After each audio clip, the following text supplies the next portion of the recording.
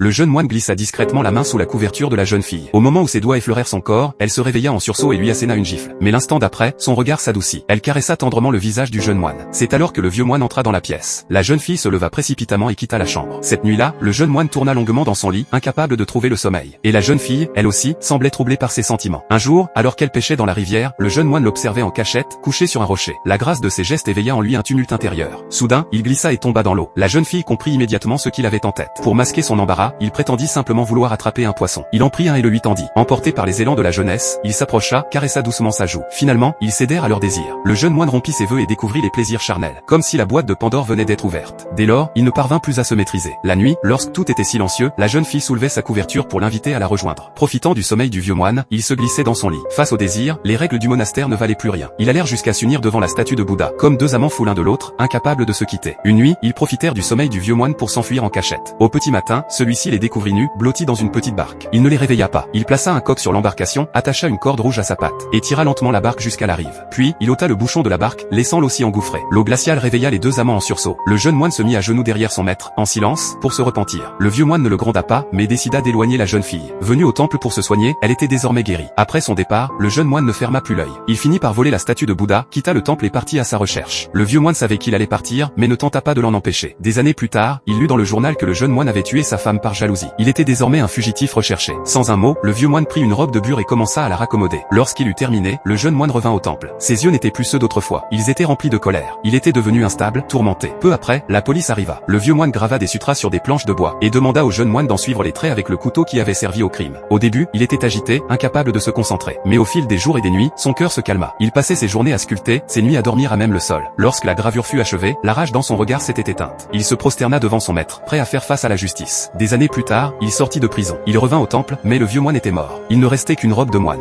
Dès lors, il vécut seul, retiré au temple. Un jour, une femme lui confia son enfant. L'enfant était espiègle, comme lui autrefois. Il glissa un petit caillou dans la bouche d'un poisson, et riait aux éclats en le voyant se débattre. Comme si tout n'était qu'un éternel recommencement, et que l'histoire, inlassablement, se rejouait.